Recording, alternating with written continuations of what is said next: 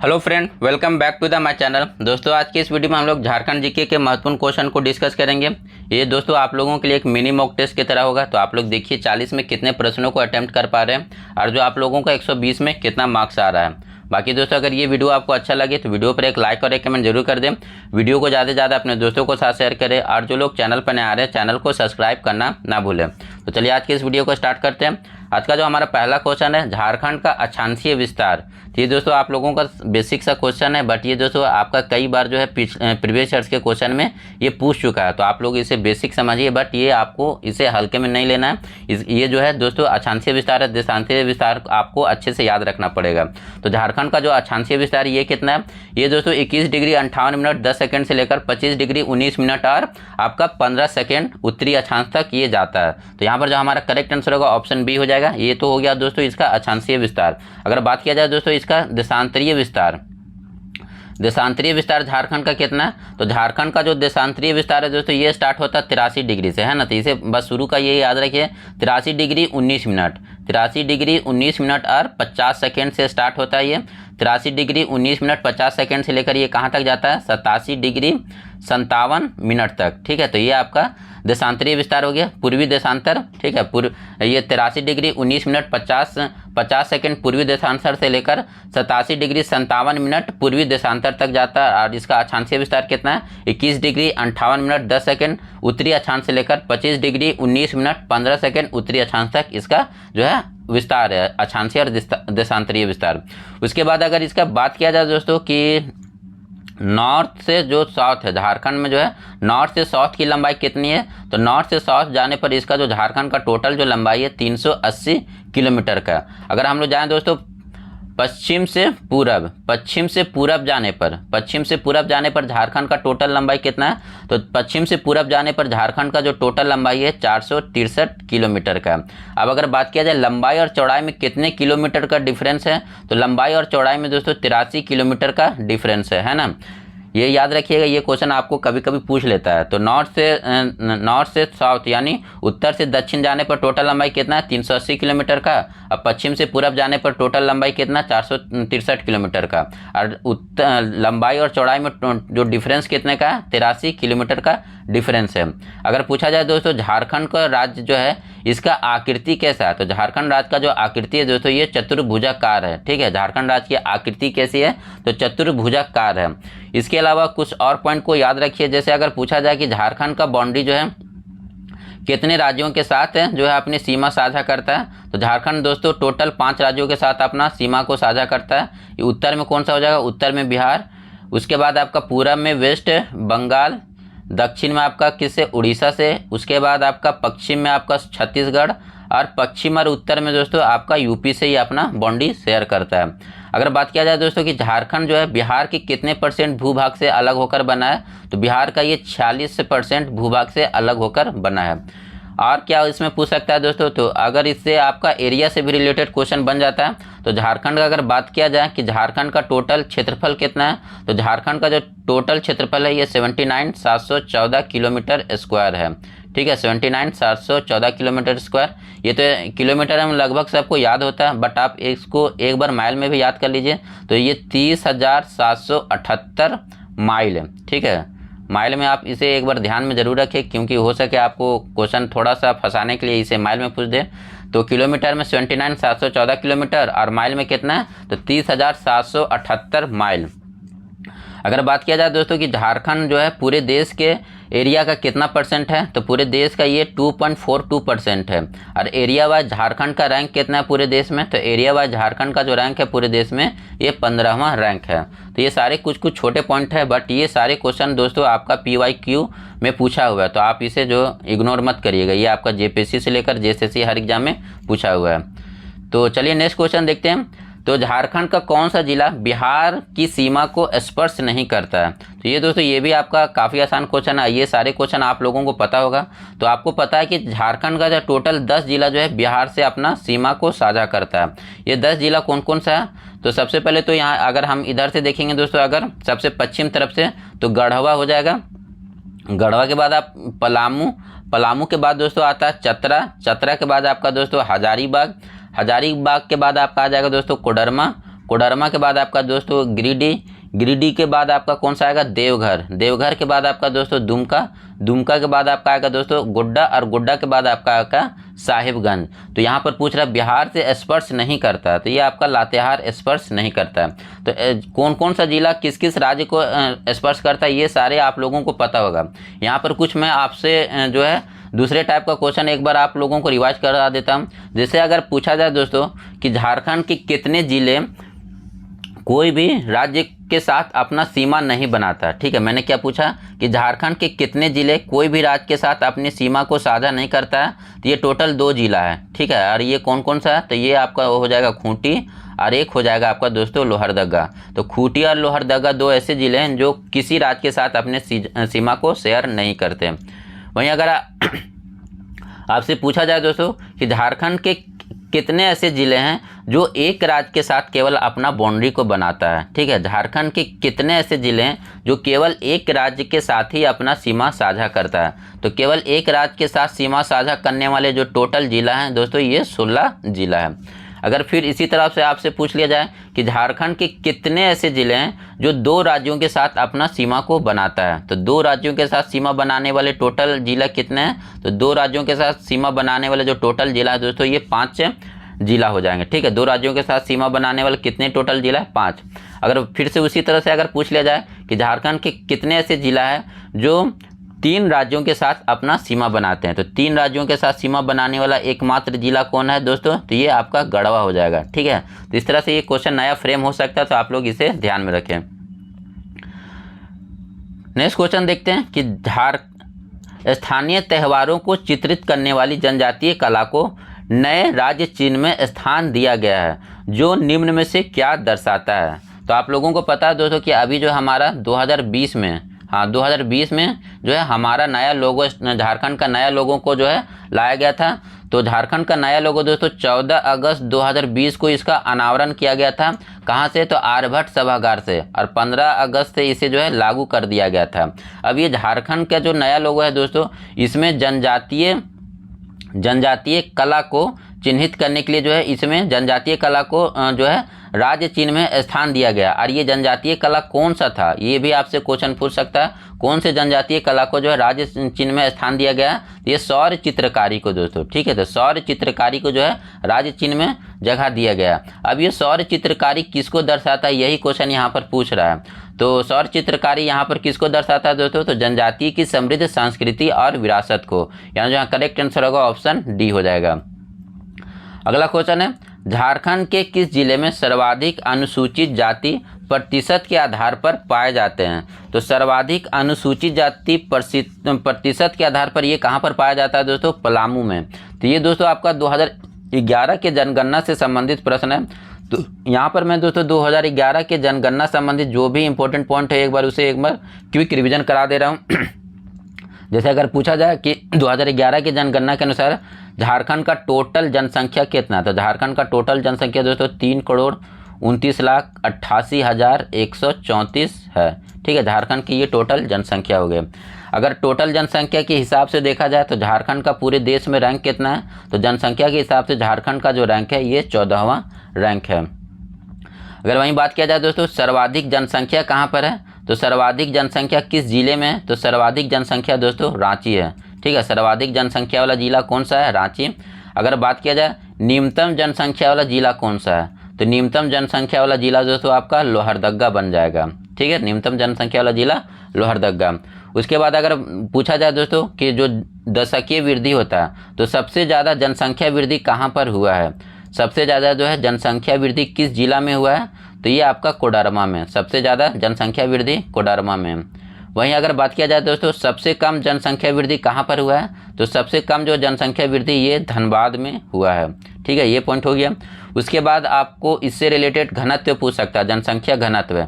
तो झारखंड का जो जनसंख्या घनत्व है दोस्तों ये कितना है, झारखंड का जनसंख्या घनत्व 414 है, ठीक है।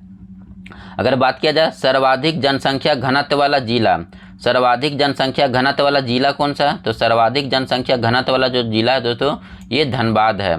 यहाँ पर जनसंख्या घनत्व कितना है, तो 1316 है, ठीक है। धनबाद का जनसंख्या घनत्व 1316। न्यूनतम जनसंख्या घनत्व वाला जिला कौन सा है, तो न्यूनतम जनसंख्या घनत्व वाला जिला है ये दोस्तों सिमडेगा है। यहाँ पर जनसंख्या घनत्व कितना 159 है।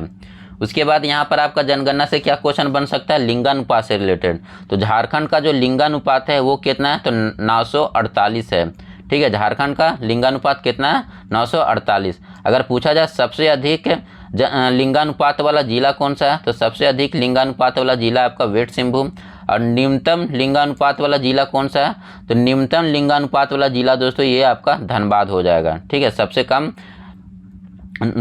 कम लिंगानुपात कहाँ पर है, तो धनबाद में है।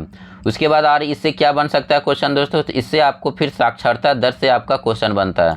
तो साक्षरता दर, झारखंड का जो साक्षरता दर है ये कितना दोस्तों, तो झारखंड में कितने % लोग जो है शिक्षित हैं, तो 66.41। ठीक है, 66.66.141% जो है यहाँ पर लोग शिक्षित हैं। अगर बात किया जाए मेल में कितने % लोग जो है शिक्षित हैं। ठीक है, तो मेल साक्षरता दर यहाँ पर कितना है, तो 76.84। ठीक है, मेल साक्षरता दर कितना है, 76.84।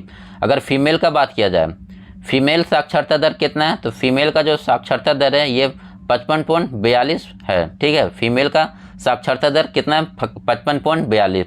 अगर बात किया जाए गांव या ग्रामीण का साक्षरता दर कितना है, तो ग्रामीण का जो साक्षरता दर है ये 61.1% है। और नगर या शहर का जो साक्षरता दर है ये सबसे ज़्यादा है, 82.3%। ठीक है, तो ये आपका साक्षरता दर से हो गया। इससे फिर आपका पूछ सकता है जिला में। ठीक है, तो सर्वाधिक साक्षर जिला कौन सा है, तो सर्वाधिक साक्षर जिला दोस्तों ये कौन हो जाएगा, रांची हो जाएगा, मेल और फीमेल दोनों में। ठीक है, मेल की भी जनसंख्या, मेल और फीमेल सबसे साक्षर कहाँ पर है, तो रांची में है। और निम्नतम साक्षर वाला जिला कौन है, तो निम्नतम साक्षर वाला जो जिला है दोस्तों ये आपका पाकुड़ है। ठीक है, मेल और फीमेल दोनों में, मेल का भी यहाँ पर साक्षरता दर कम है और फीमेल का भी साक्षरता दर कम है। ठीक है, तो ये आपका साक्षरता दर से हो गया। अब आते हैं अनुसूचित जाति और अनुसूचित जनजाति की जनसंख्या। तो अगर यहाँ पर बात किया जाए दोस्तों कि अनुसूचित जनजाति की संख्या सबसे ज़्यादा कहाँ पर है, तो अनुसूचित जनजाति सबसे ज़्यादा संख्या के आधार पर कहाँ पर है दोस्तों, तो एससी का सबसे ज़्यादा जो संख्या के आधार पर अगर देखा जाए तो ये सबसे ज़्यादा अधिक जो है पलामू में है। ठीक है, अगर परसेंटेज में एससी का जनसंख्या सबसे अधिक कहाँ पर है, तो परसेंटेज में बात किया जाए दोस्तों तो ये चतरा में है। ठीक है, तो यहाँ पर ये परसेंटेज के आधार पर ही पूछ रहा था, यहाँ पर दोस्तों ये चतरा हो जाएगा। ठीक है, परसेंटेज के आधार पर सबसे ज़्यादा कहाँ पर है, चतरा में। अगर पूछा जाए जनसंख्या के आधार पर सबसे ज़्यादा कहाँ पर है, तो पलामू में है। उसके बाद अगर बात किया जाए दोस्तों कि न्यूनतम जनसंख्या एससी का कहाँ पर है, तो न्यूनतम जनसंख्या दोस्तों एससी का है लोहरदगा में। ठीक है, लोहरदगा में। अगर परसेंटेज के आधार पर बात किया जाए, तो परसेंटेज के आधार पर बात किया जाए तो ये पाकुड़ में है। ठीक है, न्यूनतम एससी जनसंख्या कहाँ पर है, लोहरदगा में। और परसेंटेज की अगर बात किया जाए तो परसेंटेज में सबसे कम एससी की जनसंख्या कहाँ पर है, पाकुड़ में है। उसके बाद एसटी यानी अनुसूचित जनजाति, अनुसूचित जनजाति सबसे अधिक कहाँ पर है, अगर जनसंख्या के आधार पर देखा जाए तो ये रांची में है। वहीं अगर परसेंटेज में बात किया जाए, परसेंटेज में सबसे अधिक कहाँ पर है, तो ये खूंटी में है। एसटी जनसंख्या के आधार पर रांची में सबसे अधिक है और परसेंटेज के आधार पर देखा जाए तो ये खूंटी में है। अगर बात किया जाए एसटी जनसंख्या सबसे कम कहाँ पर है, तो सबसे कम दोस्तों ये कोडरमा में है, परसेंटेज के आधार पर भी और आपका ऐसे जनसंख्या के आधार पर भी, ये दोनों जो है कोडरमा ही हो जाएगा।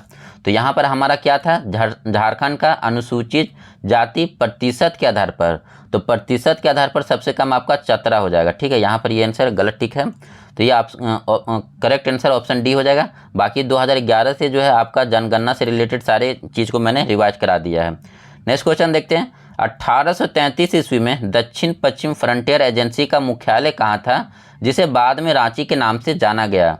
तो दक्षिण पश्चिम जो है फ्रंटियर एजेंसी, इसका मुख्यालय दोस्तों किशनपुर या विल्किंसनगंज था, जिसे हम लोग बाद में रांची के नाम से जानने लगे। तो यहाँ पर जो हमारा करेक्ट आंसर होगा ऑप्शन बी हो जाएगा। अब ये दोस्तों दक्षिण पश्चिम फ्रंटियर एजेंसी ये जो है किस विद्रोह के बाद बनता है, तो ये भी आपसे क्वेश्चन बन सकता है। तो ये आपका दोस्तों कोल विद्रोह के बाद। ठीक है, कोल विद्रोह के बाद। और कोल विद्रोह कब होता है, तो ये आपका दोस्तों 1831 से 32 के बीच में होने वाला विद्रोह था। नेक्स्ट क्वेश्चन देखते हैं। किस पूरा पाषाण कालीन स्थल से भूल भुलैया की आकृति, अंतरिक्ष जहाज, नक्षत्र आदि के चित्र पाए गए हैं। तो भूल भुलैया की आकृति, अंतरिक्ष जहाज और नक्षत्र, ये सारा चीज़ कहाँ से पाया गया है दोस्तों, तो ये इसको हजारीबाग से मिला है। ठीक है, इसको हजारीबाग से। तो यहाँ पर हमारा जो करेक्ट आंसर हो जाएगा ऑप्शन सी हो जाएगा। नेक्स्ट क्वेश्चन देखते हैं, झारखंड के किस स्थान से भगवान बुद्ध की 4 आकृतियों वाली एक स्तूप मिली है? तो भगवान बुद्ध की 4 आकृतियों वाली स्तूप कहाँ से मिला दोस्तों? तो ये सीतागढ़ पहाड़ हजारीबाग से मिला, यानी जो करेक्ट आंसर होगा ऑप्शन सी हो जाएगा। अगर बात किया जाए दोस्तों भगवान बुद्ध का जो है भूमि स्पर्श करती हुई मूर्ति, भूमि को स्पर्श करता हुआ मूर्ति, ये कहाँ से मिला है? तो ये दोस्तों पलामू का किला लातेहार से मिला है। ठीक है, पलामू किला लातेहार से ये जो मिला है ये क्या है? भगवान बुद्ध की भूमि को स्पर्श करती हुई मूर्ति। और ये क्या है? 4 आकृति वाली मूर्ति। तो 4 आकृति वाली जो स्तूप है ये आपका सीतागढ़ पहाड़ से मिला। अगर पूछा जाए भूमि को स्पर्श करेगा तो लातेहार में। ठीक है, भगवान बुद्ध की भूमि को स्पर्श करती हुई मूर्ति लातेहार से। नेक्स्ट क्वेश्चन देखते हैं, नागवंशी राजा मोहन राय और गजघट राय किस पालकालीन राजा के समकालीन थे?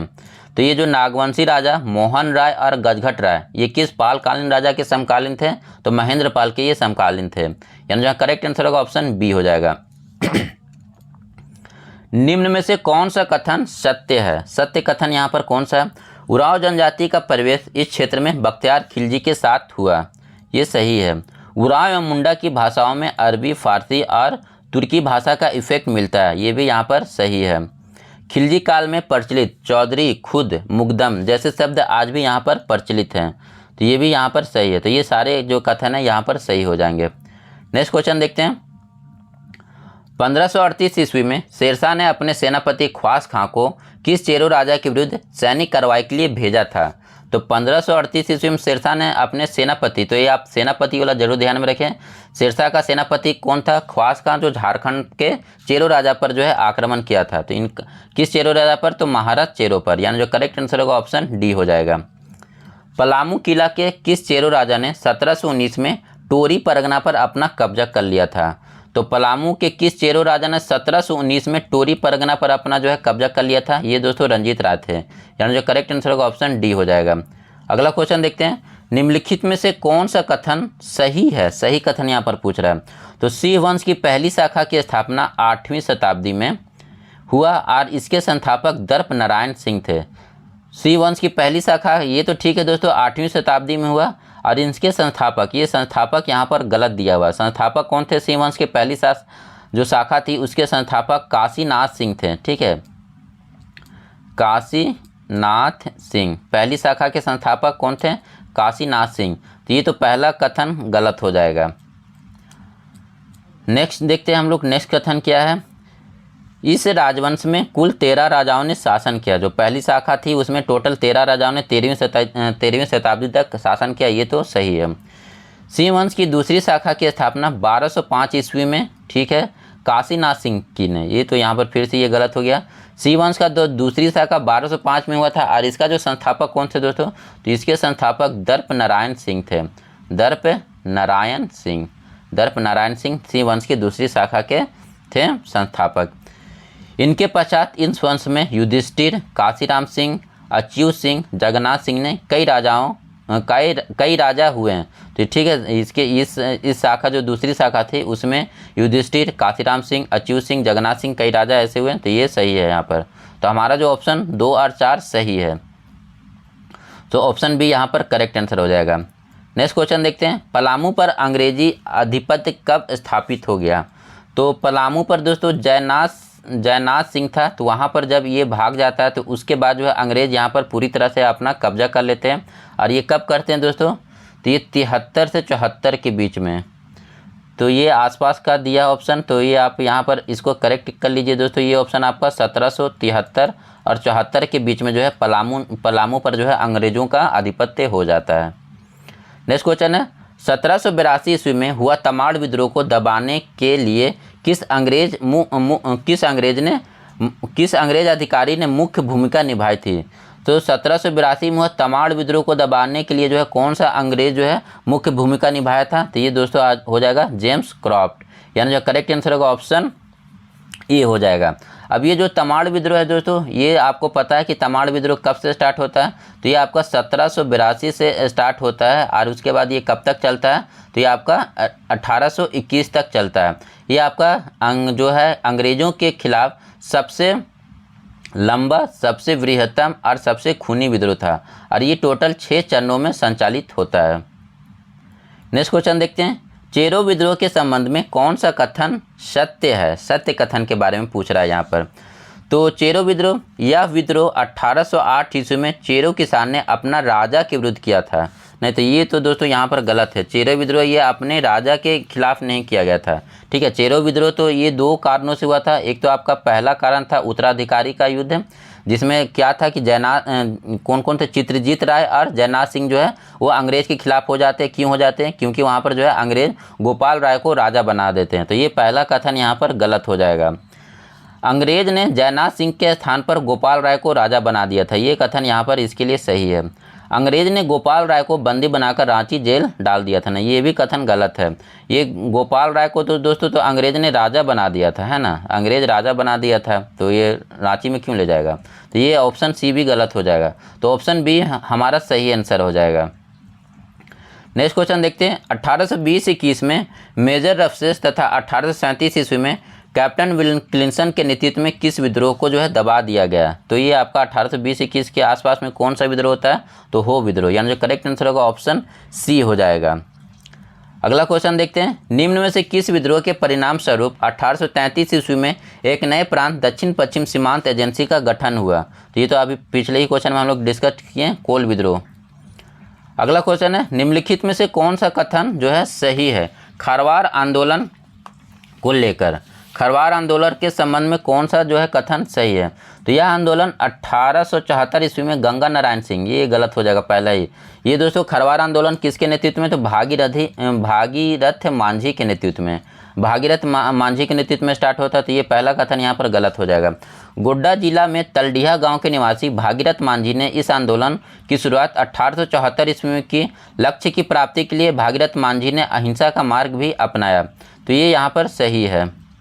अगला है, संथाल परगना में इस आंदोलन का नेतृत्व भागीरथ मांझी एवं ज्ञान परगनेत ने किया। तो हजारीबाग में इसका नेतृत्व निवास दूबू बाबा ने किया। ठीक है, हजारीबाग से जो है इस खरवार आंदोलन को कौन नेतृत्व किया? दूबू बाबा ने। तो ये भी कथन सही है। 1881 ईस्वी में खरवार आंदोलन का दूसरा चरण भी प्रारंभ हुआ, जब जनगणना कार्य के खिलाफ दुबिधा गोसाई ने नेतृत्व खरवारों ने आंदोलन चलाया। तो ये भी यहाँ पर सही है। ठीक है, 1881 में जो है खरवार आंदोलन का दूसरा चरण स्टार्ट होता है। किस कारण होता है? तो ये जनगणना को लेकर स्टार्ट होता है। ये इसके नेतृत्वकर्ता कौन थे? तो दुबिधा गोसाई थे इस दूसरे चरण के नेतृत्वकर्ता। तो यहाँ पर 2, 3 और 4 हमारा कथन सही हो जाएगा। नेक्स्ट क्वेश्चन देखते हैं, निम्न में से किस आंदोलन में अहिंसा को संघर्ष के अमोघ वस्त्र के रूप में स्वीकार किया गया?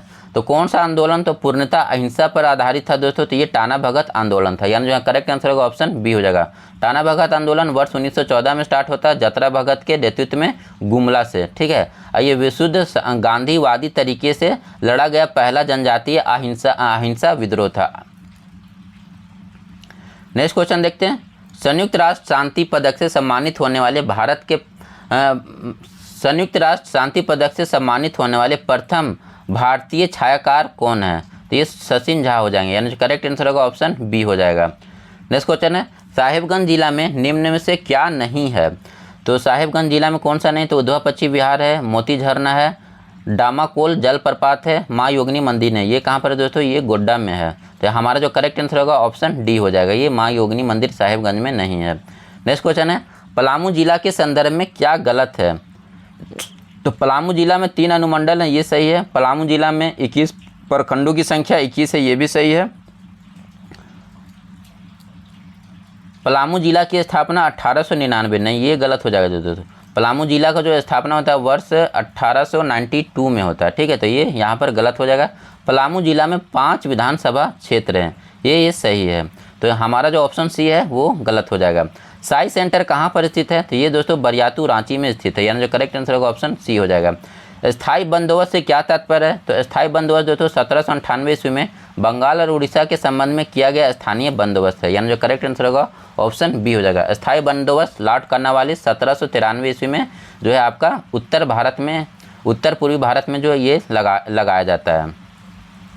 नेक्स्ट क्वेश्चन देखते हैं, झारखंड के किस शहर में मोटरिस्ट पैराडाइज कहा जाता है? झारखंड के किस शहर को जो है मोटरिस्ट पैराडाइज कहा जाता है? तो ये रांची को कहा जाता है। यानी जो करेक्ट आंसर होगा ऑप्शन डी हो जाएगा। विल्किंसन रूल के द्वारा अंग्रेज ने मुंडा मानकी व्यवस्था को पुनर्बहाल कब किया? तो ये दोस्तों 1833 ईस्वी में। यानी जो करेक्ट आंसर होगा ऑप्शन बी हो जाएगा। नेक्स्ट क्वेश्चन देखते हैं। मुंडा शासन व्यवस्था में किलीग्राम का प्रमुख कौन होता है? तो मुंडा शासन व्यवस्था में किलीग्राम का जो प्रमुख है दोस्तों मुंडा कहलाता है। नेक्स्ट क्वेश्चन है, किस अंग्रेज अधिकारी ने नीलांबर पीताम्बर को गिरफ्तार कर 28 मार्च 1859 ईस्वी में लेस्लीगंज में आम के पेड़ पर लटकाकर फांसी दे दिया था? तो ये कौन सा अंग्रेज अधिकारी पकड़ा था दोस्तों? तो ये डाल्टन हो जाएगा। यानी जो करेक्ट आंसर होगा ऑप्शन डी हो जाएगा। नीलांबर पीताम्बर दोस्तों ये कहाँ से? पलामू से जो है 1857 विद्रोह का जो है नेतृत्व कर रहे थे। नेक्स्ट क्वेश्चन देखते हैं। तिलंगा खड़िया की हत्या किसने कर दिया? तो तिलंगा खड़िया का जो हत्या दोस्तों ये बुद्धन सिंह ने किया था। यानी जो करेक्ट आंसर होगा ऑप्शन सी हो जाएगा। अगला क्वेश्चन देखते हैं। किस प्रसिद्ध इमारत को झारखंड का प्रथम विधानसभा बनाया गया था? तो झारखंड का प्रथम विधानसभा दोस्तों ये लेनिन हॉल को बनाया गया था। यानी जो करेक्ट आंसर होगा ऑप्शन ए हो जाएगा। झारखंड के नवनिर्मित विधानसभा के संबंध में कौन सा कथन गलत है? तो यह धुरवा में स्थित जिसका उद्घाटन राष्ट्रपति द्रौपदी मुर्मू के द्वारा किया गया था। नहीं, इसका उद्घाटन दोस्तों हमारे पीएम के द्वारा किया गया था, ठीक है, नरेंद्र मोदी के द्वारा। तो पहला ऑप्शन गलत हो जाएगा। यह देश का पहला पेपरलेस विधानसभा था, तो ये तो सही है। इसमें 162 सदस्यों के बैठने की व्यवस्था की गई, ये भी सही है। कुल सदस्यों की संख्या जो विधानसभा में अभी कुल सदस्यों की संख्या 81, 126वां संविधान संशोधन के बाद, तो ये भी यहाँ पर सही है। यूपीएस स्वरजन पेंशन योजना क्या है? तो स्वरजन पेंशन योजना इसकी शुरुआत 15 नवंबर 2022 को की गई थी। लाभार्थियों को 5 तारीख तक प्रति माह 1000 उनके बैंक खाते में चला जाएगा। 60 वर्ष से अधिक आयु के लिए है। ये सभी कथन यहाँ पर सही हो जाएगा स्वरजन पेंशन योजना के संबंध में। किस योजना का उद्देश्य राज्य में हड़िया दारू बेचने वाली महिलाओं को चिन्हित कर उन्हें सम्मानजनक आजीविका के साधन से जोड़ना है?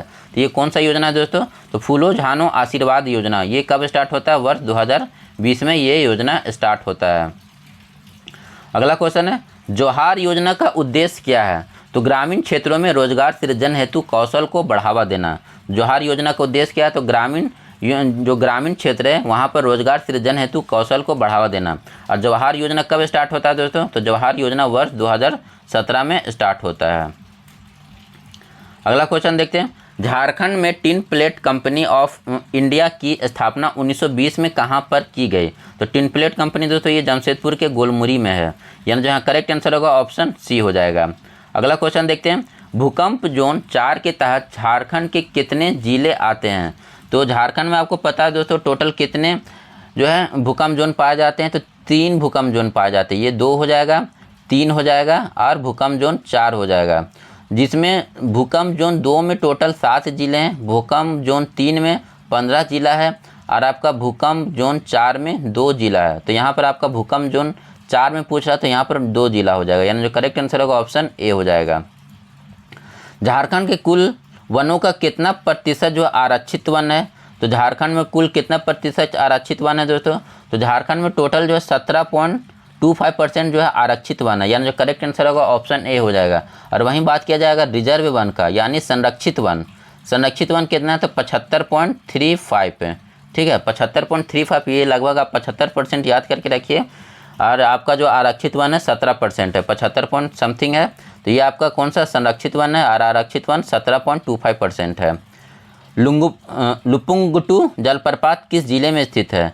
तो लुपुंगुटू जलप्रपात दोस्तों ये आपका पश्चिमी सिंहभूम है। यानी जो करेक्ट आंसर होगा ऑप्शन बी हो जाएगा। औरंगा नदी कहाँ से निकलता है? तो औरंगा नदी ये किसको लोहरदगा से निकलता है। यानी जो करेक्ट आंसर होगा ऑप्शन ए हो जाएगा। और आज का जो हमारा आखिरी क्वेश्चन है, कौन सा लोक नृत्य वसंत ऋतु का है? तो कौन सा लोक नृत्य जो है वसंत ऋतु में होता है? तो ये आपका हो जाएगा जादूर डांडी। यानी जो करेक्ट आंसर होगा ऑप्शन ए हो जाएगा। सो दोस्तों यहाँ पर हमारा 40 क्वेश्चन खत्म हुआ। आप लोगों को ये क्वेश्चन कैसा लगा कमेंट करके बताएं। बाकी वीडियो आपको अच्छा लगा हो तो वीडियो पर एक लाइक और एक कमेंट जरूर करते। Thank you for watching this.